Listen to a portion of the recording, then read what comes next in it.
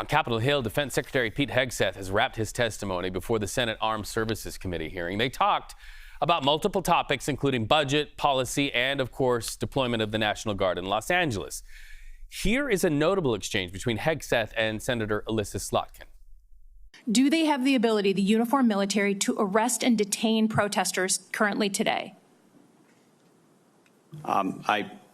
It's a yes or no thing. Authority. It's sort of amusing the extent to which the speculation is out there. These troops are given very clear orders. Then what is the order? Then list it out for us. Be a man. List it out. Did you authorize them to detain or arrest? That is a fundamental issue of democracy. I'm not trying to be a snot here. I'm just trying to get the actual. Did you authorize them to do that? All of these orders and what they're sent there to do are public. They are okay, there so to say it. So say it. Yes or no? I'd like to. Please, yes or no? As I've said time and time again through interruption, they're there to protect law enforcement. Do they have ICE the ability to arrest? Who are trying to do their job, deporting illegals who were allowed in by the previous administration. So they cannot arrest and detain citizens of the United States, the uniformed military. As we've stated, if necessary, in their own self-defense, they could temporarily detain and hand over to ICE. But there's no arresting going on. And you know this better than you're trying to play political games. There's no arresting of U.S. personnel. Heated exchange there. Also, top of mind is, of course, this ongoing conflict in the Middle East. Here's what Mr. Hegseth had to say when pressed about potential U.S. involvement or deepening involvement in that conflict between Israel and Iran. Listen. Most of what I can or should say would be reserved for a classified setting. I would say the president, obviously, any decisions on this matter are at the presidential level. He has communicated very clearly for quite some time. I do understand that, Mr. Secretary, but my question for you is whether you have been asked actively to provide options for the president regarding a strike in the Middle East. If I had or I had not, I wouldn't disclose that in this forum, Senator.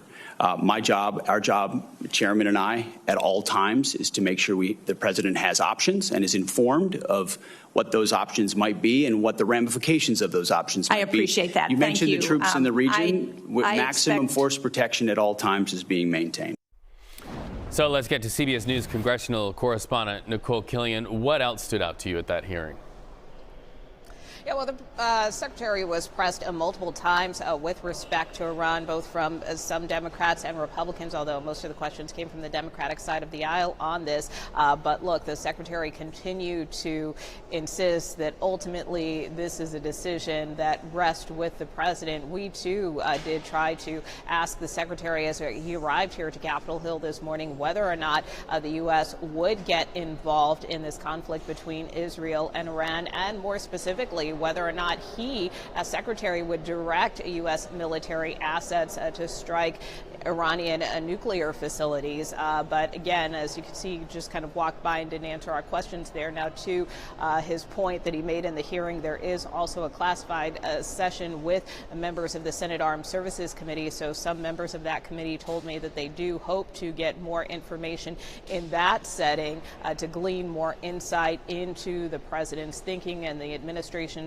thinking on this, because to date, at least one member of the Senate Armed Services Committee told me they have gotten no briefings on this whatsoever, and said that if the president were to consider any potential military action, not only do many members of the panel believe that he should seek congressional approval, but that he should also go through the steps of making sure he's consulting with allies, communicating directly with the American people on this. That is what Senator Mark Kelly told us earlier today. So those are some of the questions that lawmakers are seeking.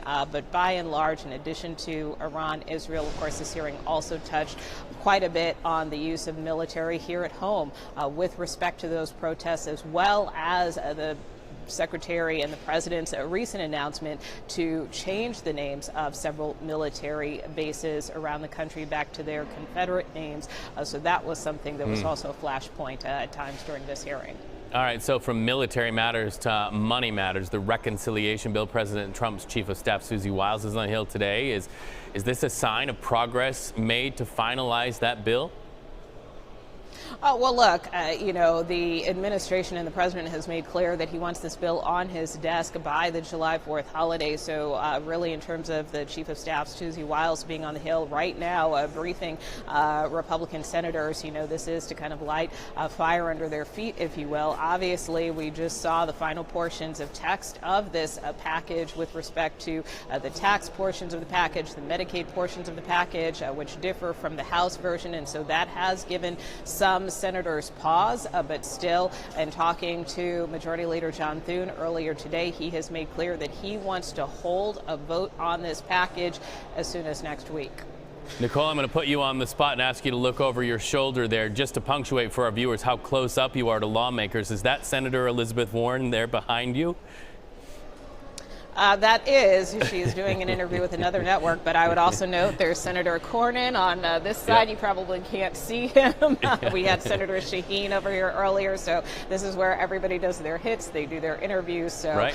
Not an unusual sighting to see lawmakers here in this setting.